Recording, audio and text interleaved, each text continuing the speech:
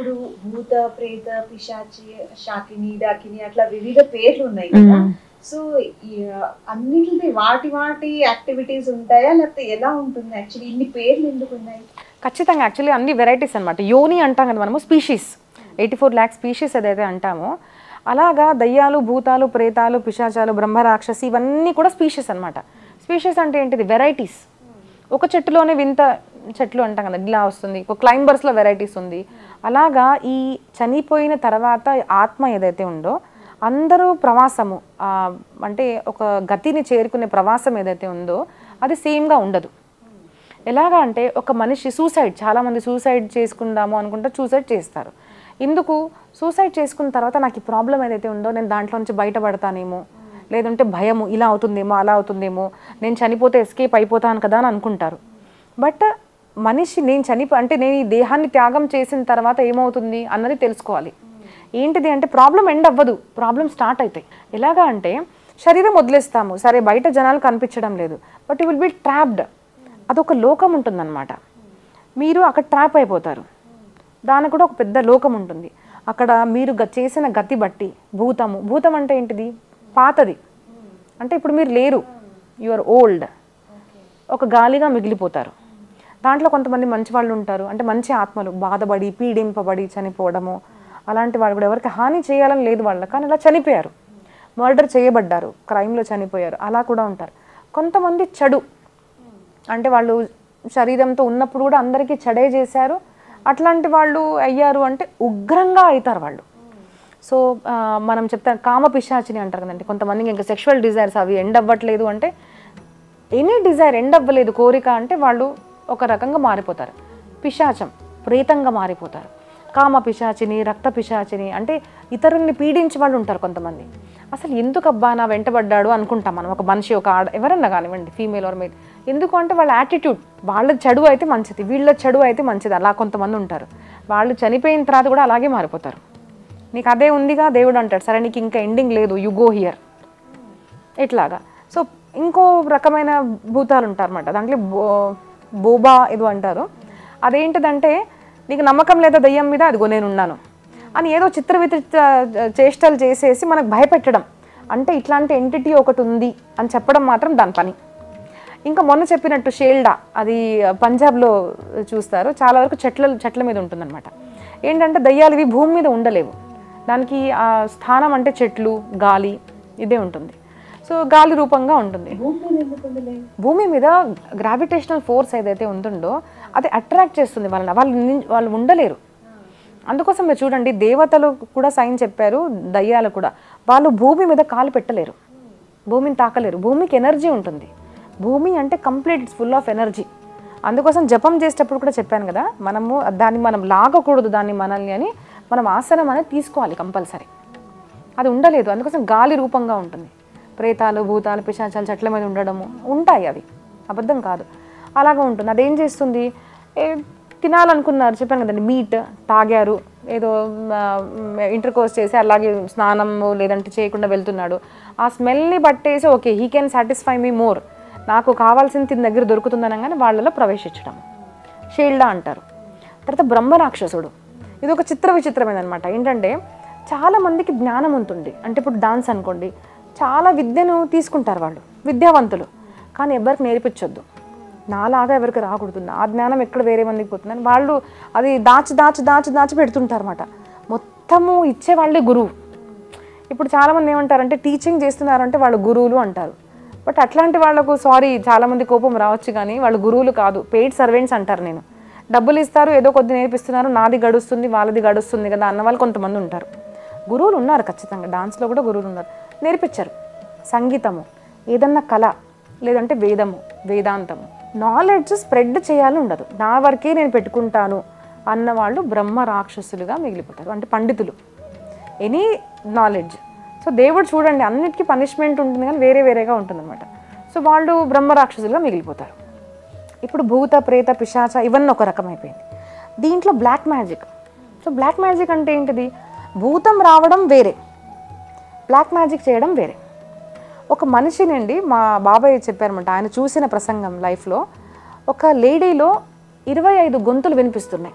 అది అసలు 10 మంది మల్టిపుల్ పర్సనల్ డిజార్డర్ అంటారు, కానీ వేరే వేరే గొంతులు వినిపిస్తున్నాయి. సరే అలా అంటారు కదా మీరు, అలా అప్పుడు నాకు అయింది అనుకోండి, నేను ఇది లేపగలుగుతానా లేదంటే ఇట్లా పెద్ద మంచం లేపలేం కదా, వాళ్ళు లేపుతారు. మా బాబాయ్ చూశారు, ఇవన్నీ చెప్పారన్నమాట. వాళ్ళు ఇలాగ లేపడము. సో వాళ్ళను మీరు 10 మంది పట్టుకోండి, మీరు వాళ్ళని పట్టుకోలేరు. ఆ ఎనర్జీ ఎక్కడి నుంచి వస్తుంది మరి? So there are so many things, అన్నిటికీ ఆన్సర్స్ లేవు. సో ఇలా కూడా జరుగుతుందన్నమాట. సో ఇది మల్టిపుల్ పర్సనాలిటీ డిజార్డర్ కాదు, అట్లాగా అంటే గాలి రూపంలో వాళ్ళు ప్రవేశించడము ఇది ఒక మార్గం, అంటే దయ్యాలు. బ్లాక్ మ్యాజిక్ అంటే ఏంటిది? సూసైడ్ చేసుకున్నారు, ఏదో అయిపోయింది, చనిపోయారు, కోరికలు తీరలేవు, ఆ ప్రేత లోకంలో ఉన్నారు. కొంతమంది ఏం చేస్తారు, ఈ లోకంలో దేహధారి, పవర్ కావాలి అంటే అట్లాంటి దయ్యాలని భూతాలని దానికి మంత్రాలు ఉంటాయి అన్నమాట. ఆ మంత్రం జగత్తంతా మంత్రాధీనం అండి. ఆ మంత్రాలు బ్రాహ్మణులకి ఆధీనము కాబట్టి బ్రాహ్మణుల్ని మనం పూజిస్తామన్నమాట. సో ఆ మంత్రాన్ని అనుష్ఠిస్తారు, అన్నిటికీ వేరే వేరే నంబర్ ఉంటుంది. ఆ నంబర్ ఎక్కడ చేయాలి అంటే, కొంతమంది ప్రేతం ఉంటుంది కదండి శ్మశానంలో, దాని మీద కూర్చొని చేయడము, ఇట్లా వేరే వేరేగా ఉంటాయి అన్నమాట.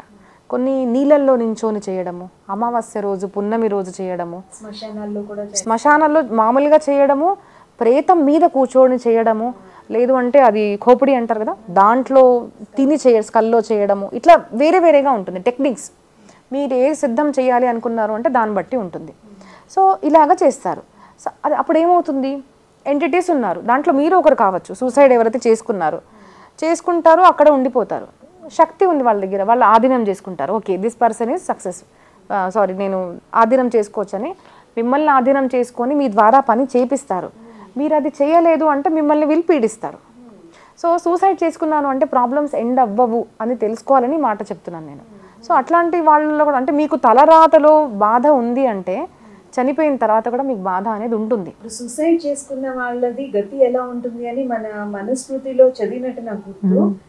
ఆ సూసైడ్ చేసుకుని చనిపోయిన వ్యక్తిని ఎవరు ముట్టుకోకూడదంట. ముట్టుకోరు. శ్మశాన వాటికలో ఎవరైతే పని చేస్తారో అతను వచ్చి తాడుతో కట్టి ఆ శరీరాన్ని లాక్కుని వెళ్ళాలంట. అంటే అలా ఉంటుంది. అవును. దాని తర్వాత అట్లాంటి వాళ్ళతో పరివారంలో కూడా ఏ సంబంధం ఉండదు. అంటే మనం పిండ కర్మలు ఇవన్నీ చేస్తాం కదండి, అది కూడా చేయకూడదు. సో మీరు అందుకోసం చెప్తున్నాను, మీకు థాట్ వచ్చింది అనుకోండి, ప్రేక్షకులకు ఎవరైనా థాట్ వచ్చింది, సో నో దిస్, మీ తలరాతలో బాధ ఉంది అంటే బతకండి. బతుకుతే ప్రాబ్లంకి ప్రాబ్లం ఉంది అంటే మీకు సొల్యూషన్ దొరుకుతుంది. ఏ ప్రాబ్లం కూడా సొల్యూషన్ లేదు అన్నది లేదు. అంటే ఎలాంటి పరిస్థితిలో కూడా సూసైడ్ అనేది చేసుకోకూడదు. ఎందుకంటే దాని తర్వాత గతి ఏదైతే ఉందో అది చాలా భయంకరంగా ఉంటుంది. మీరు ఇక్కడ నుంచి సేవ్ అయిపోతారా అనుకుంటున్నారు, తర్వాత ఏంటిది? మీరు అంటే అంటే మీకు రాసి పెట్టింది అనుకోండి, 70 years బతకాలి, 65 years ఈ మనిషి బతకాలి, ఇంత శ్వాస కౌంట్ చేసి పడుతుంది అనమాట. ఇంత శ్వాస కౌంటింగ్తో మీరు ఉండాలి అంటే అంత కౌంట్ అవ్వలేదు. 70 years ఎగ్జామ్ ఫెయిల్ అయిపోయాను. మొన్నే ఒక అబ్బాయి చూశాను, ఎగ్జామ్ ఫెయిల్ అయ్యే 10th నాన్న తిడతాడేమో అనేసి ఇంట్లో సూసైడ్ చేసుకున్నాడు. సో అది ఎంత బాధ చెప్పండి. మీ తల్లిదండ్రులకు మీరు బాధ పెడుతున్నారు, సమాజంలో చుట్టాలకి ఎంతోమంది ప్రేమిస్తారు కదా. ఒక అమ్మాయి దొరకలేదు, పెళ్లి చేసుకుందాం అనుకున్నారు, సూసైడ్ చేసుకుంటారు. చిన్న చిన్న దానికి లోన్ తీసుకున్నాను, నేను ఇవ్వలేకపోతున్నాను, సూసైడ్ చేసుకుంటారు. బట్ బతకండి, బతికితే ఖచ్చితంగా ప్రాబ్లంకి సొల్యూషన్ అనేది ఉంటుంది. ప్రాబ్లం లేని వాళ్ళు ఎవరు ఉన్నారు? ప్రాబ్లం అందరికీ ఉంటాయి, ఏదో రకంగా ఉంటాయి. కష్టపడండి, బతకండి. మన జీవితాన్ని మనము ఇన్ని కష్టాల్లో నుంచి నేను ఒక పెద్ద మనిషిని ఎలా అవ్వాలి అన్న స్టోరీని మీకు మీరుగా క్రియేట్ చేసుకోండి. అది బతికినప్పుడే కదా మనం చేయగలిగేది. సో నో దిస్, మీకు థాట్ వచ్చిందంటే ఈ భయంకరమైన పరిస్థితిని ఆలోచించండి. చనిపోయిన తర్వాత కూడా తలరాతలో బాధ ఉంది అంటే అక్కడ కూడా బాధ అనేది పోదు. మీకు సింపుల్గా చెప్పాలి అంటే మన పరిస్థితి ఎలా ఉంటుంది, ఒక ఫోన్లో ఉన్న సిమ్ లాగా అనమాట. ఇప్పుడు ఆ సిమ్తో నేను చాలా మాట్లాడాను అనుకోండి, ఆ సిమ్ తీసేసి వేరే ఫోన్లో వేసాను, ఆ డేటా క్యారీ ఫార్వర్డ్ అవుతుందా లేదా? ఖచ్చితంగా అవుతుంది. సో అది ఫాలో అవ్వదు, నేను సిమ్ మార్చేసాను కదా, నేను ఐఫోన్లో వేసుకున్నాను కదా అంటే అవుతుందా? No, it will be. So అలాగ మన శరీరము, మన ఆత్మ అనమాట. సో ఇది అయిపోయింది, మీరు అక్కడ వెళ్ళిన తర్వాత కూడా ఇట్లాంటి తాంత్రికుళ్ళు మిమ్మల్ని ఆధీనం చేసుకొని ఏదైనా చెడు పని చేయిస్తారు అంటే అప్పుడు మీరు చేయాల్సి వస్తుంది. సో ఇలాగా ఇది చేసేది తంత్రకర్మ. బతకడం బెటర్. సో ప్రాబ్లమ్స్ ఉంటాయి, అందరికీ ఉంటాయి. సో అది మనం ధైర్యంగా ఫేస్ చేయాలి. సో సంతోషంగా మాట్లాడుతున్నా అంటే నాకు లేదనుకుంటున్నారో, ఖచ్చితంగా అందరికీ ఉన్నాయి, పాండవులకు కూడా ఉన్నాయి. సో అది మనం తెలుసుకోవాలి లైఫ్ గురించి. అందుకోసం నాకు అనిపిస్తుంది స్కూల్ పాఠశాలల్లో లైఫ్ గురించి చెప్పాలి, దట్ ప్రాబ్లమ్స్ ఉంటాయి నాన్న, అందరికీ అందరి లైఫ్లో ఒకలాగా ఉండదు అని చిన్నప్పటి నుంచి ఎంత మనము, అందుకోసం ఆధ్యాత్మికత అనేది చిన్నప్పటి నుంచి ఉండాలి అంటారు కదండి. సో ఆధ్యాత్మికత అంటే ఏంటిది? Knowing about our own life. నా ఆత్మ ప్రవాసము ఈ శరీరంలో, ఈ సృష్టిలో తర్వాత ఎలాగ జరగబోతుంది, నేను ఎలా చేయాలి అనుకుంటున్నాను తెలుసుకొని చేయడం, కంట్రోల్ ఉండి చేయడమే ఆధ్యాత్మికత. అసలు ఈ ఎడ్యుకేషన్ అనేది చాలా ఇంపార్టెంట్. ఎస్.